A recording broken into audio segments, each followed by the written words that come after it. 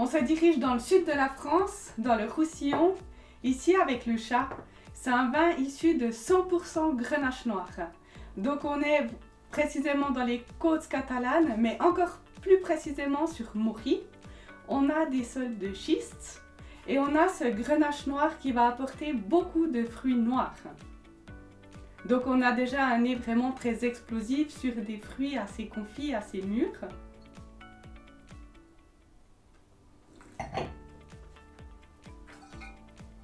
Et on a une bouche très gourmande, vraiment beaucoup de fruits, beaucoup d'épices.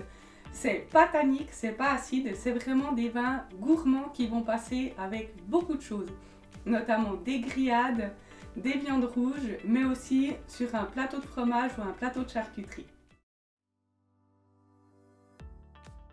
Nous sommes en Languedoc avec la cuvée Pas du Loup du Clos Saint-Conty, juste au nord-ouest de Montpellier.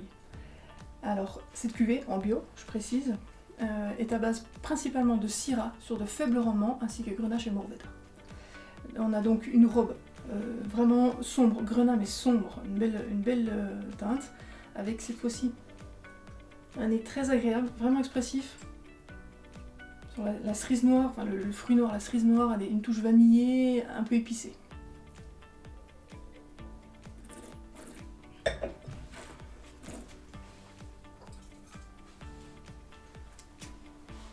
En bouche, vraiment une belle richesse, avec des tanins présents et un milieu de bouche sur le fruit mûr, le pruneau, par exemple. Et puis, en fait, l'ensemble est très très harmonieux. C'est vraiment un vin coup de cœur, avec un rapport qualité-prix extraordinaire. Si vous l'accordez de manière classique, ça pourrait être une Guardiane de Taureau, par rapport à la situation géographique. Mais ça, c'est un vin vraiment de caractère à découvrir. Ici, la cuvée Grain de Sagesse, produite au fabuleux domaine du Mas des Armes, qui est le dernier né du domaine sur ce fabuleux terroir. C'est une cuvée qui regroupe tous les cépages rouges de la propriété, avec une dominante de Grenache, de Cabernet Sauvignon, de Merlot, avec une petite touche de Mourvèdre et de Petit Verdot. On a une très belle teinte rubis brillante avec une belle profondeur. Le nez est très ouvert sur les fruits noirs comme le cassis et la mûre, mais aussi sur les fruits rouges comme la cerise.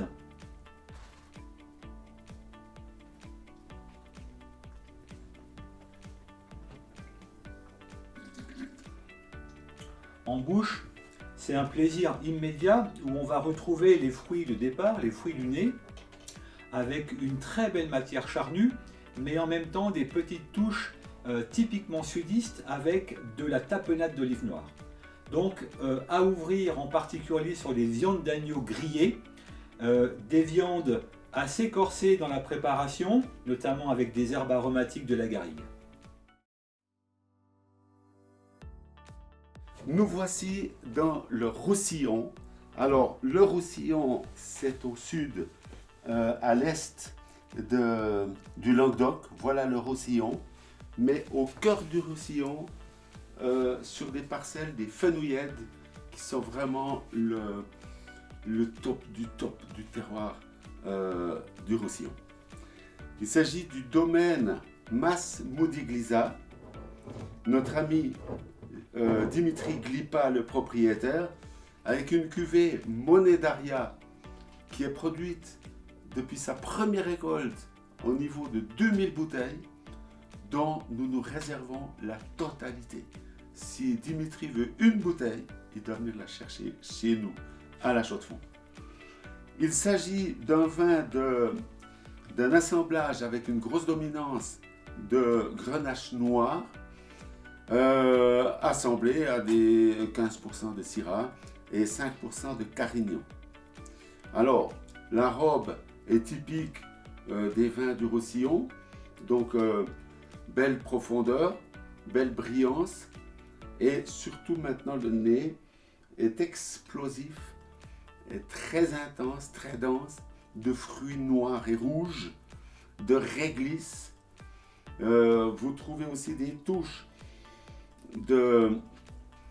d'olive noire et d'épices. C'est très complexe et c'est puissant parce que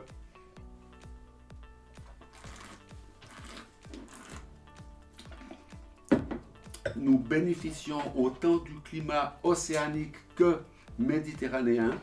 Donc là, nous avons un ensoleillement énorme que l'on retrouve dans ce vin, surtout dans sa bouche, avec sa puissance, sa richesse, et son côté charnu dû au travail du vigneron, et d'une rare, vu la puissance, d'une rare élégance, d'une rare finesse. C'est un vin qui ensoleille littéralement la bouche, et ça nous fait plaisir, surtout d'où il vient.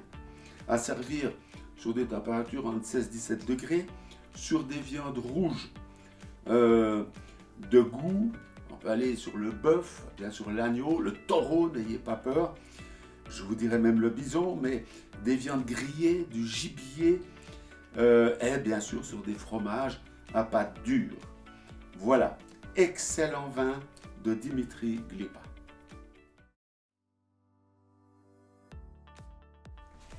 Voici le grand vin Plumas d'Omasgasak. Ne vous fiez pas à cette dénomination, c'est une IGP, Saint-Guilhem-le-Désert. On est en fait sur le terroir d'Aniane, la référence absolue au nord-ouest de Montpellier. Vraiment un domaine emblématique et qui a contribué à relancer les vins du Languedoc. Alors avec une cuvée, avec un assortiment de cépages, mais dû à l'histoire du domaine, une histoire passionnante, mais avec une dominante de Cabernet Sauvignon. En tout cas, un encépagement bordelais pour la grande part. Ce vin va avoir vraiment une très belle concentration. Tout d'abord, la robe est grenat, mais grenat profond. Ensuite, au niveau du nez, il y a vraiment tout. Le fruit noir, le fruit mûr, mais également les épices, le côté déjà presque cuir, un petit peu animal. C'est vraiment d'une belle complexité.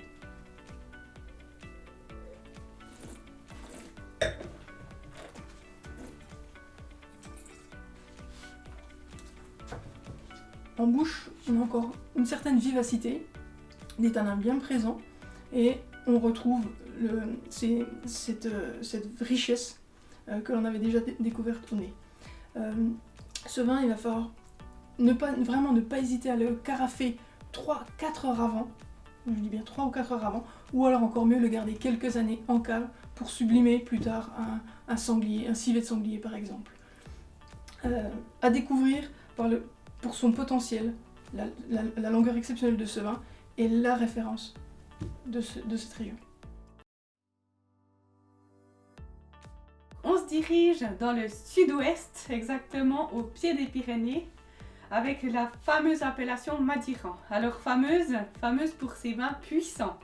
Alors ici par exemple, on a Chantal et Philippe Mur, qui sont un couple de vignerons propriétaires de 10 hectares, tout en agriculture biologique.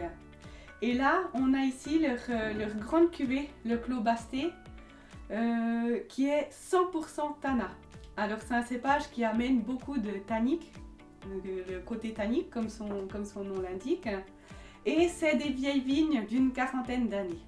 Donc on voit déjà la couleur du vin, hein, c'est vraiment des notes mais noires, presque violacées. Le nez, en ce moment, il est encore un petit peu fermé parce qu'il faut savoir que c'est des vins de très très grande garde. Si vous voulez garder des vins mais 10-20 ans, il n'y a pas de souci, vous pouvez aller sur cette cuvée-là. Mais par contre, alors on sent déjà des arômes, alors du fruit noir, presque des notes goudronnées. On a aussi des notes très épicées.